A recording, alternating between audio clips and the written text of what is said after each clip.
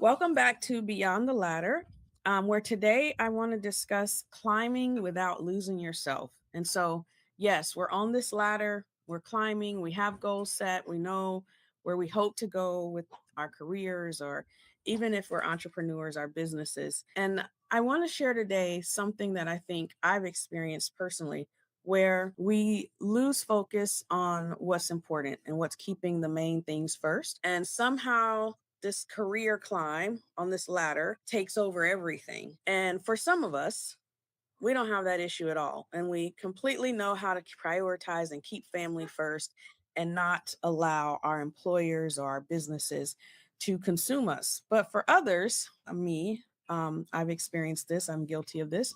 We allow it to become front and center and almost become idols. It's almost like an idol because we don't intentionally worship it, or we don't intend for it to become so critical to everything we do and be the center, and everything else surrounds it or is put behind it. But that's exactly what happens. And so I've shared this many, many times before, and I won't go into a lot of details, but at 40, I had a stroke. And why did that happen?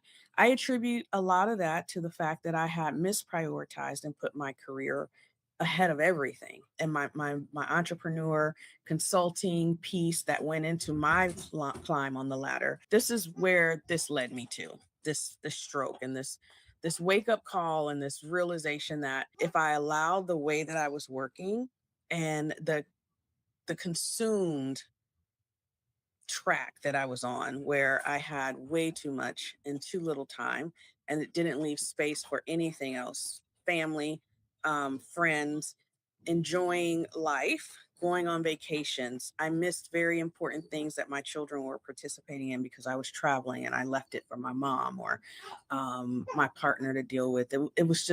It just consumed me. And I think the stroke really was an opportunity to wake up and say, wait, this is all out of sorts. This is all wrong. And so that's what I want to encourage you to do, is just to stop and really evaluate and take an inventory of, do I have the important things first? Who do I love? What brings me joy? And is that front and center? Or have I allowed my career and the means that I generate income or revenue to become the main thing? And I think society teaches us that we can climb, and the grind culture is acceptable. That's just the way it is. And these material things that we work hard, we want to provide our children with nice things and a good life. And we do private schools and we do this or we do that. But that kind of puts us into bondage because we're required to make sure those things are taken care of. And so it's a trickle domino effect. And I realized that my kids just really wanted me. Those things were nice to have, but if I wasn't here, they wouldn't get enjoyment from those. They would rather have me here and not have those things. And so that's where the prioritization comes from. And that's where taking inventory and really understanding what's important and what the purpose of your life is. Because I just don't believe that the purpose of our lives, the assignments that we have here while we're here, center around climbing our ladder. And so there's a time for everything. And I think the word balance is really misused and overused and maybe mythical, honestly, but there is a time for everything. And it doesn't necessarily mean, I know that it doesn't mean our careers are supposed to take center place in all of this. And so I know we have our journal. If you've downloaded it, it's free to kind of write our thoughts down and follow along as we go through this season 3 of Beyond the Ladder. So I have a couple of things to consider that might be worth journaling on as part of this discussion.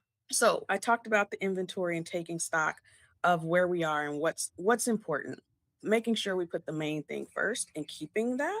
So a question we can ask ourselves is, what part of my life currently feels out of alignment? And I think defining balance and alignment helps, because we throw these words around, but what does alignment mean for you? What does that look like? Does it look like being able to lay on the couch all day on a Saturday and not feel guilty because so many things piled up that are waiting for you on the weekend because work consumed everything for 5 days out of the week? And name it. Like, just be okay with naming what that is and being honest about it. You don't have to solve it when you write it down. You just want to name what feels out of alignment, what feels like it's in the number one spot, but it really probably should be number 7 or 8 or 100. What boundaries would create more peace in your life? What would cause you to be less stressed? What would cause you to feel like, whew, I can breathe. I am feeling like I'm not running around like a chicken with my head cut off, and my kids are wondering what's wrong with me. And my husband's like, oh, this lady is in the crazy state again. What does peace look like for you? And what boundaries would you need to put in place to allow you to have that peace? Many of us who are been in the career for a while, we're in middle management, and now we're eyeing that next level, that leadership role, that executive leadership circle, the inner circle, or the title of vice president or chief, the C suite. But what are we willing to do to sacrifice that? Because everything costs us something. And I think sometimes we forget to add those costs up, and what we have to give up to get that. And is it really worth it? That's a really good question to ask ourselves. And then lastly, what does success mean to me right now? Are you working towards a goal that you set 10 years ago? And now maybe we haven't stopped to think that that goal doesn't hold the same weight. I don't want that anymore. And that's okay. It happened to me where I got to a space and a place where I worked really hard and had built something that I realized I didn't enjoy anymore. It wasn't that important to me anymore. But walking away from that held a lot of guilt and weight, and it was hard to reevaluate and go another direction. But what if I didn't reevaluate and go in another direction? I kept working towards that expired goal. What a waste of time I would lose in doing that. So I just want to encourage you today, don't give yourself up. Don't lose yourself. Don't become the identity of your title and the goals and the ladder that we've set in front of ourselves in terms of corporate or our businesses to climb to be successful. If you enjoyed this, I would love for you to join my community, gobeyondtheladder.com. We're building a community for women who are climbing the ladder and they realize there's more to this and they want to go beyond that. So I'd love to have you there in the community, as well as join us for some other events